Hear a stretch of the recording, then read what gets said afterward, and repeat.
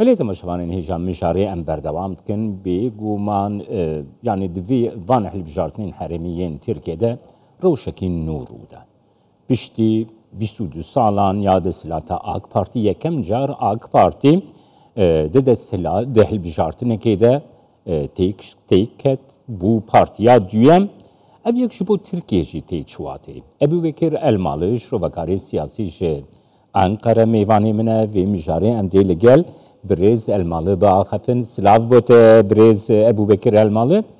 Destpêkê de dixwazim bizanibim yani piştî 47 salan CHP yekem car dibe partiya yekem û piştî 22 salan piştî 18 hilbijartinan AK Parti yekem car şikestinê dixwe.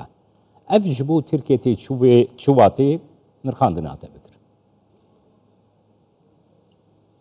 Evet aslında uzun yıllardan rasta demeke dirêje destilata AK Parti li Tirkiye heye lê taybet ev hilbijartina giştî serokkomarî da kriza aborî destpêkir li dîsa jî serket û pirsgirêka serekeya aborî hebû li gel vê jî li ser pîvana dewleta yasa hin tengezarî durust bûn biryarên dadgeha destûrê ji hêla dadgeha bilindvan hatin cîbîcî kirin û hin biryar jî ji hêla hikûmetê ve hatin rexne kirin di vê warê de li ser dewleta yasa hinek nîşaneyên pirsê durust bûn di heman demê de taybet di hilbijartinên şaredariyê de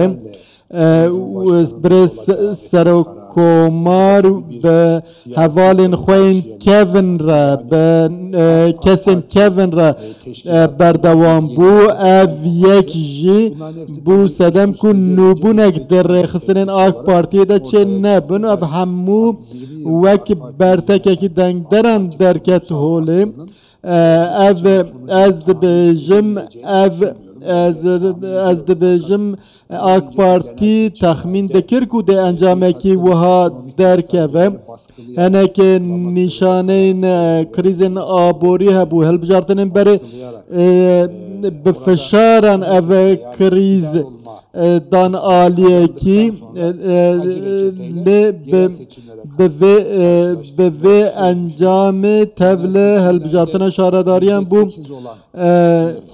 birêz Elmalı belê birêz Elmalı dixwazim wê pirsê bikim yani li gor hin şiroveyan li gor hin şiroveyan tê gotin ku tifaka navbêna MHP û AK Parti'de zerarek mezin daye AK Parti û divan hilbijartinên şaredariyan de jî ev yek nîşan bûye xuya bûye ti çawa dibîne? Çok doğru. Rast e di hilbijartinên 2018 ve hükümeta AK Parti taybet hember gelê Kurd peyamên nerm gotinên nerm negotin gotinên germ negotin hê berê pêwendî baştir bû li agirî li bajarên wek agirî em dibînin AK Parti serketibû lê îro em dinêrin divê em vê qebûl bikin dengderên Kurd li ser nastameya xwe Kurdî dixwaze were dîtin dixwazin hemû alî wî bibînin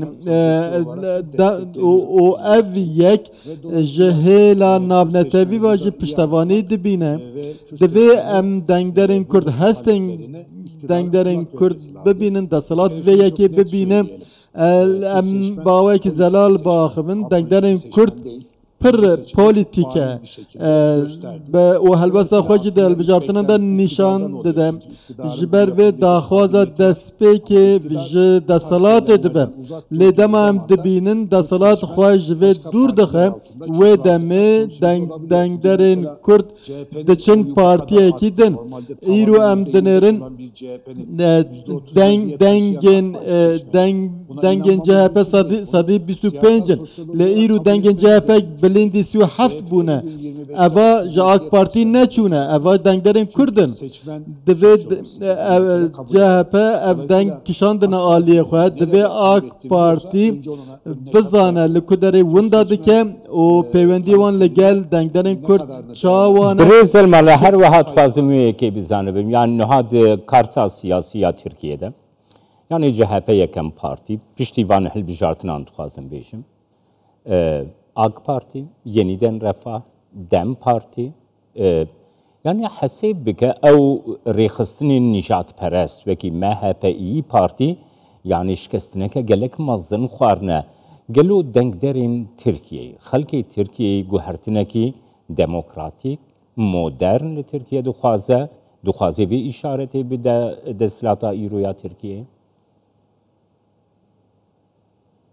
Şöyle Türkiye halkı gelê Tirkiye bi salan mil bi mil bi gelê Kurd re dijî û têkelê hev bûne yani te pirsgirêka wan nîne lê siyasetmedar vê yekê dikin wek pirsgirêkekê em dibin mijara şerê îdeolojiyan êdî gelê Tirk ji vê bezar bûye.